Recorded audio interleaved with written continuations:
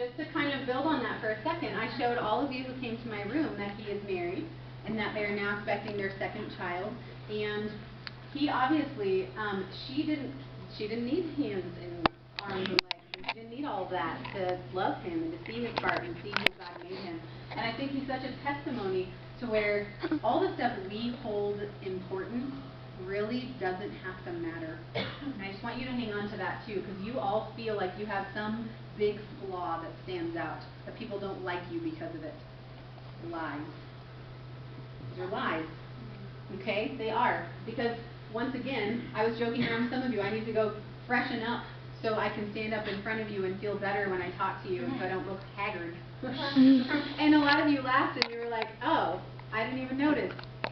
Well, thank you, because that makes me feel better. But funny enough, I still needed to do it for myself. But it was just nice to know that that's not even something you thought about, which is so cool.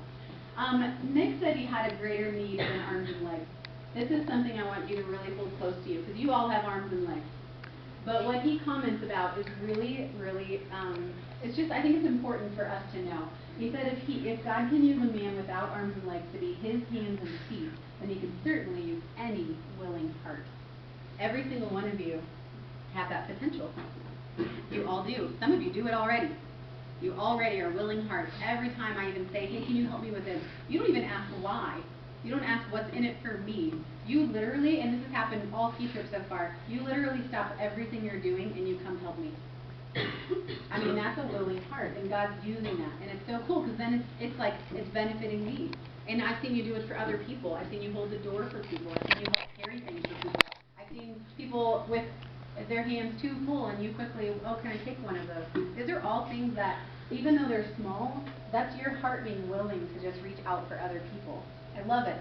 I've seen people afraid to be on a lift, and I've seen others reach out and love them all the way up and all the way down, so that way they didn't think they were going to die. These are really big things that God is using our hearts for. So please, please, please know that. I don't know if you remember this one too, but he told God that this was too much for him. I think I mentioned to you in the chapel still that he was ready to kill himself. Do you guys remember that? And who remembers what stopped him that day? Oh my gosh, you all remember. I love it. Okay. Kyle, what stopped him? Someone gave a compliment and that really brought up his day. Do you remember what the compliment was? It was so basic. Something that you and I can do every day, all day. Jake? It said, you look good today. That's it. Just some classmate ran up to him when he was in his wheelchair, kind of heading off to the car after school, and he was literally that day ready to end his life. Because he said that all of this was too much for him, and he was probably right about your age. And all it took was one girl who ran up. I think they were just friends. I don't even know how close they were, because he doesn't say. But she runs up to him and simply says, you look really good today, Nick. I don't think she was flirting. I think she was simply just making a statement, being friendly. And you guys have that ability to do that every day. And it doesn't have to even be that. It can be anything. But it's funny when, if God lays something on your heart to go do something and you do it, that's called being obedient to him. I think obedience is one of the things that's overlooked sometimes. Because if you practice it with your parents, practice it with your teachers. It's not easy all the time. But when you practice that and you practice, then you start to hear it from God, because it's like a nudging that you get on your heart. Like, I think I need to go say something to that person. They just look sad today. And you don't have to say what's wrong, because guess what? They probably don't want to tell you. Yeah. Some of you have been there, and you'll say nothing, and then they'll either say okay, or they'll say, no, what's wrong, and they'll keep bugging you, right? Well, here's the deal. Instead of maybe saying what's wrong, maybe just go up and just give them a quick compliment. Say hello. Acknowledge their existence. There are people in this room who have felt invisible before, that no one even knows they exist. What if just one day you just saw someone kind of alone, or maybe looking like they had a lot on their mind, and instead of thinking to yourself, oh, they must be mad at me, because the whole world revolves around you, instead of thinking that, what if you just went up and said, hey, how are you today? Or, hey, wow, that's a great shirt. Like, I don't know, you just simply said something that was that you acknowledge their existence, you even notice a detail. Some of us are terrible at details, but it's amazing when you do that to someone, how all of a sudden, that day, they don't want to kill themselves. It's a big deal. Who would have thought that one little comment made this man grow up? and actually be able to be used by God. I am so glad that whoever that girl is went up to him that day and was obedient and just simply said, "Hi, and you look good today, Nick." I am so glad she did that, because this man already has affected me, and I've never met him. He knew he needed God, and that's going to be one of the big things, especially if you don't have God in your life, or you can't figure out why you just can't get over some of these hurdles. He knew he needed God. He figured it out. Oh, wait, maybe I need God. God filled him up with his Holy Spirit and filled that greater need. He does that the second you say, "God, I need you. I believe in you. I believe for everything you stand for. I believe you are who you say you are, and I need you to come live in me because I'm a sinner and I can't do this by myself." That's what he does. And then the second you do that, that Holy Spirit comes in and lives in you. It's really cool. Some of you have already experienced that. Some of you are still just kind of waiting for that moment, and hopefully that moment is just right around the corner. I love this thing about the purpose. His purpose, where he says, if I'm here for one soul to know Jesus, I have purpose. Some of you have no idea why you're here. Some of you figured out, hey, I'm a really good friend. Some of you are great friends. Some of you are really good at maybe writing things down, or like putting your thoughts on paper, and then you ultimately can turn those into something. What if your purpose on this planet was just to help save one soul? Would that be worth it? Yeah. It would. It would be incredibly worth it. That one girl helped save Nick's soul. And look at what God has done with Nick, even in this room. And with that video was made in, I think, 2009 or 2008. I mean, so you figure, how many people have seen that at this point? Look at how many people he's affected, because one girl, her purpose was to help save Nick's soul. It's not your job to save, and don't forget that, but God will use you to love people. And when you do that, God can do all the saving. It's not your job to save. It's actually impossible for us to do it. We can't talk someone into it. You can help them understand, but even then, it's got to be their choice. So you begin the day-by-day journey, and this was what happens once you finally realize, I need to be saved. You fall down, and His grace covers you up. The cool thing, too, is if you make that decision, life, I can't say it gets easier. I think we've become better at it. We become better at dealing with stuff every day, because now we know we're not alone. We immediately seek God. We immediately say, okay, God, I am so incredibly dumbfounded. I can't figure out what to do with this. Can you just give me some sort of a sign? Help me figure something out. And pretty soon, before you know it, before the day's over, you're feeling more clear-headed, and you've got some different thoughts in your head, and those are all because you just stopped and asked Him. And it's day by day. Some of the things we have so heavy on our hearts, we can't get over in a day. We actually almost have to deal with them every day, because they're that big of a deal. Some of us have been hurt so deeply that it literally is an everyday thing where we get up every day and say, okay, God, I'm bothered by this again. Man, I can't move. Can you please just come in and just help me today? And He will. And it's day by day, and it's so awesome. And before you know it, someone comes and says, hey, you look really good today. And it gets you through. And it's amazing. And that's God. Don't ever think it's not. It's amazing. He uses other people. He jumps in them real quick, and he talks, and then he runs off. He does it again. Well, God doesn't run off. He probably stays put if you let him. So we're not perfect, but we serve a perfect God. All we need is a little faith in the greatest God. And this one, I love this one too, because I do feel like I'm good at math, but He tells me it doesn't matter. So I don't care if you are a good mathematician or a good athlete, or not good at anything that you think.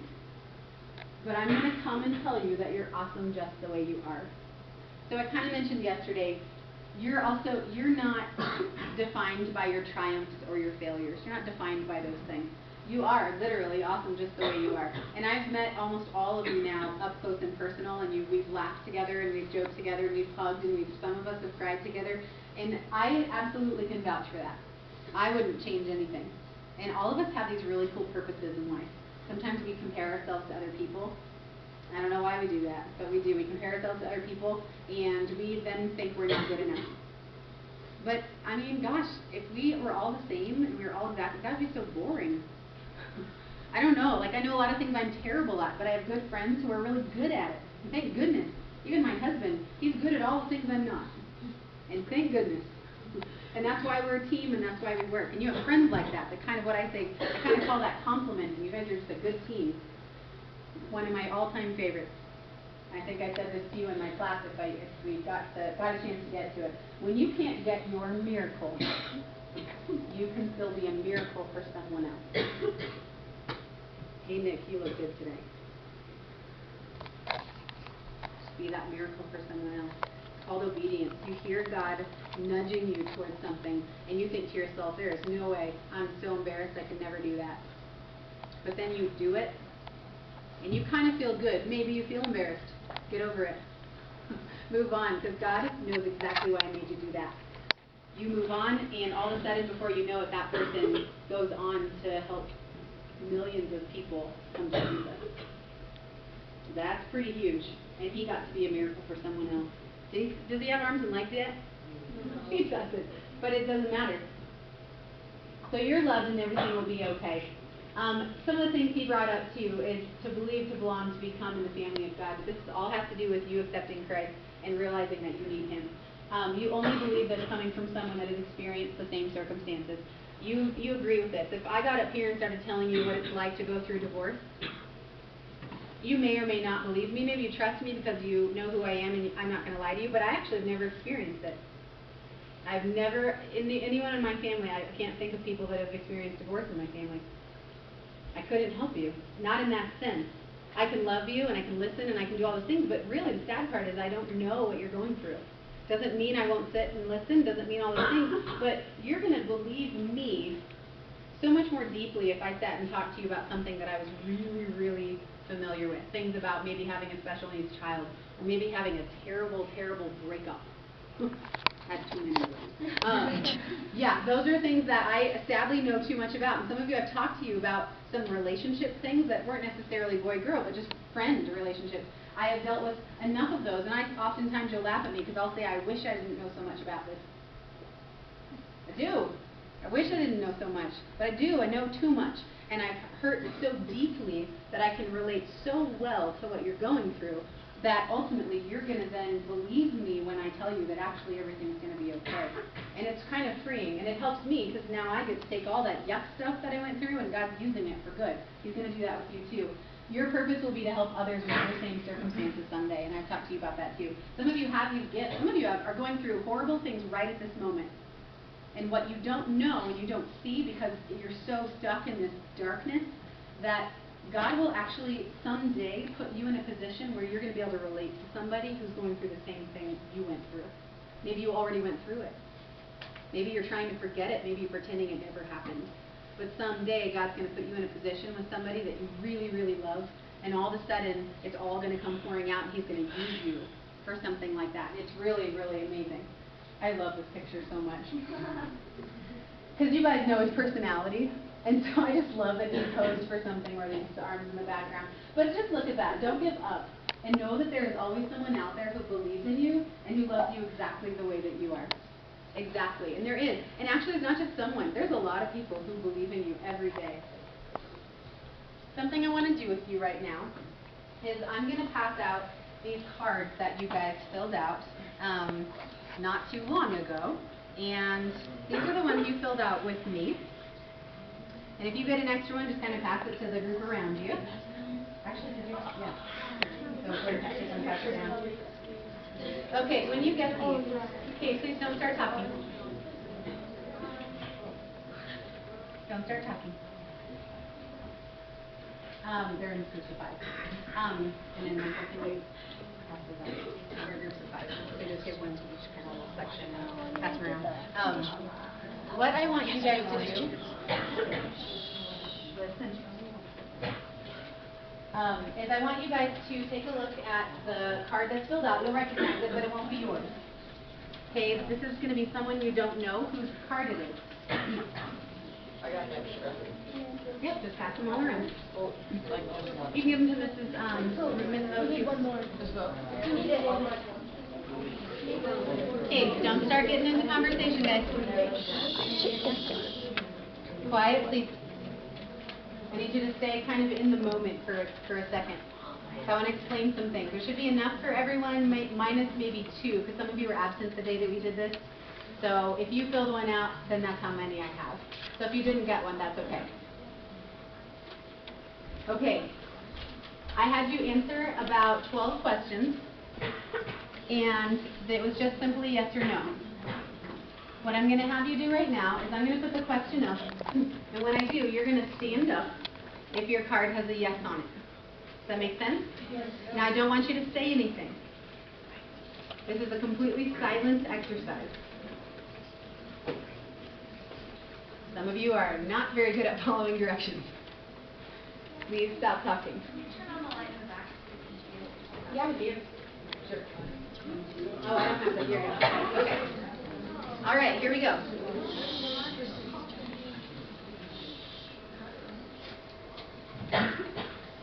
All right, so all you're going to do is look at number 1 at this point. We good? All right, here we go. The first question was, have you ever struggled with depression? Please stand up if you have a yes. Okay. I want you to kind of look around for a second and notice that if you'll know if you put a yes. Go ahead and sit down. 58 of you stood up out of 100. If you ever thought that you struggled with depression and that was you were alone, yeah, you're not. Not even close. More than half of your class has experienced it. Number 2, have you ever struggled with fear or anxiety? Please stand up if you have that. Okay. You can sit down. That was 80 people.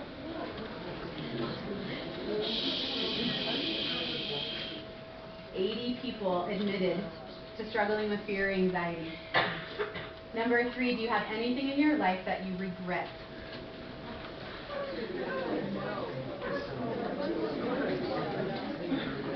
All right, go ahead and have a seat. Yeah. Guys, if you talk every time, it actually totally destroys the mood. I really need you to be super silent with all of this because I want you to take it in. And what I want you to take from this right now is as you look around and the whole room stands up, practically that's 81 people that have something that in their life that they regret. 81. For number 4, please do not speak. Okay, just stand up if you have a yes. If you have anything in your life that you are constantly ashamed of. Please feel free to look around. Just don't say anything. That is 60 of you. 60 of you feel like you have something you cannot admit to. Go ahead and have a seat. And you're just ashamed of it. Number 5, have you ever felt like no one would care if you were gone? Please stand up. You are so not alone in this feeling. Not even close. Have a seat. That was 51 of you, so more than half just would think that if you just all of a sudden weren't here, no one would even notice. Number 6, have you ever been bullied or have been the bully?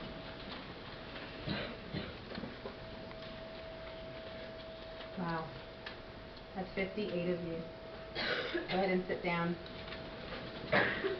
This next one I think is the hardest one, and I was actually surprised at how many. It's going to seem smaller, but have you ever cut yourself or intentionally harmed yourself? Please stand up if you have a yes. This is a quarter of your class, by the way. 24, so 1/4 of your class have intentionally harmed themselves. Go ahead and have a seat. If that doesn't make you sad and break your heart, I don't know what else will. For someone to feel that worthless to do that. And that's not even have you ever thought about it. That's have you done it. If I would have said have you thought about it, I have a feeling that would be even greater. The next one, do you have any secrets you have never shared with anyone?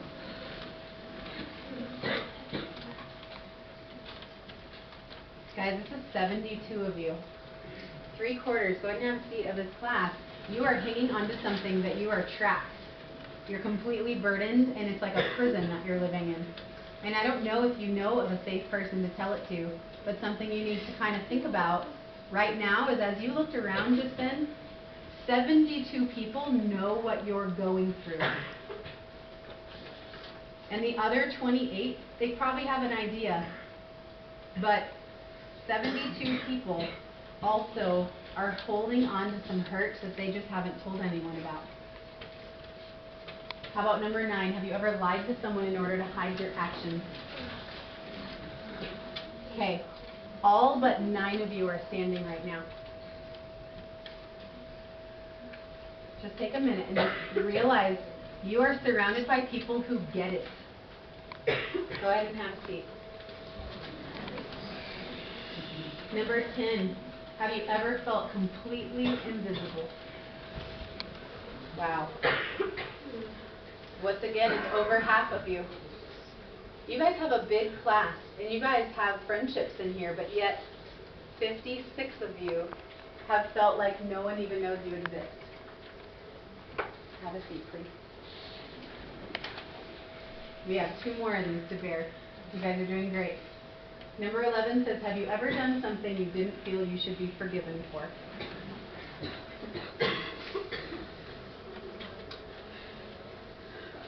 So here's the interesting part too, is you know if you marked yes or no, but you don't have your own card. You're standing up on behalf of someone else. 71 of you, right at this moment, don't feel worthy of forgiveness. Have a seat.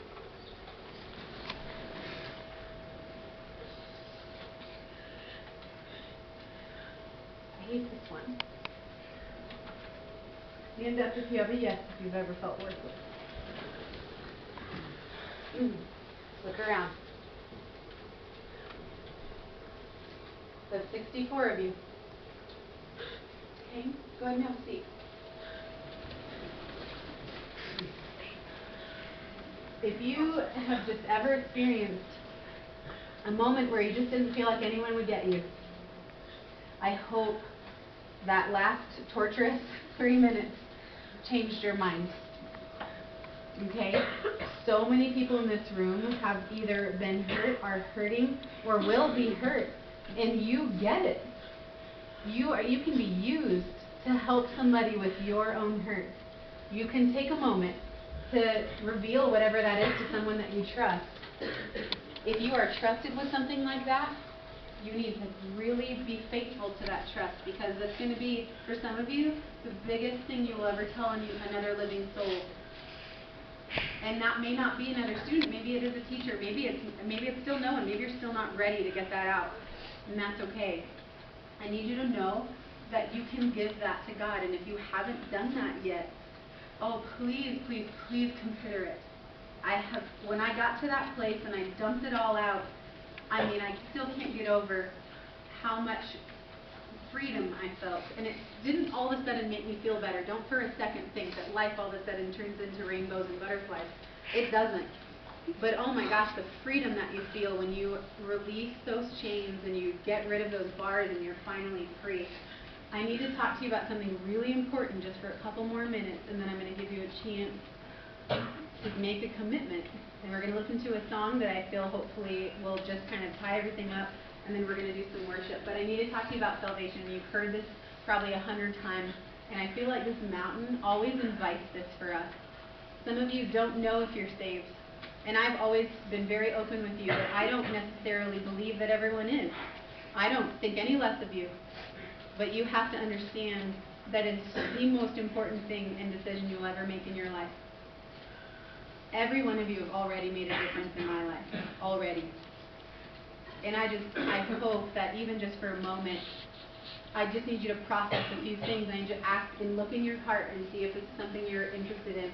So one of the things, we didn't get to see this, but Nick compared kind of us to like this white piece of paper, so salvation, and there's like one dot on it, and once you have the dot on it, you can't make it clean again, and that's a true statement. So if we've lied once or we've cheated once, we're already flawed, we're sinners. We can't take it back, we can't undo it. We can say sorry, we can ask for forgiveness, but we actually can't undo what we've done. We talk about that a lot with our words, and we can't take them back once they're out. So you really want to be very deliberate and intentional with what comes out of your mouth and making sure that God needs you to say those things. He also mentioned, and I love this, that the greatest miracle in his life was not that he would have arms and legs, but that he would know Jesus as his Savior. And he obviously does. And you can see that in him. You can see that in what he does. 10 out of 10 people died. It's just the truth.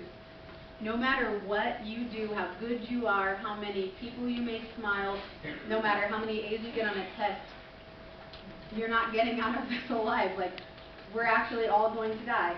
It's just the reality. But here's the question is, do you know where you're headed if that happens? Okay, and it's something to think about. And I never for in a million years want to scare you into becoming a Christian or having God move into your heart forever.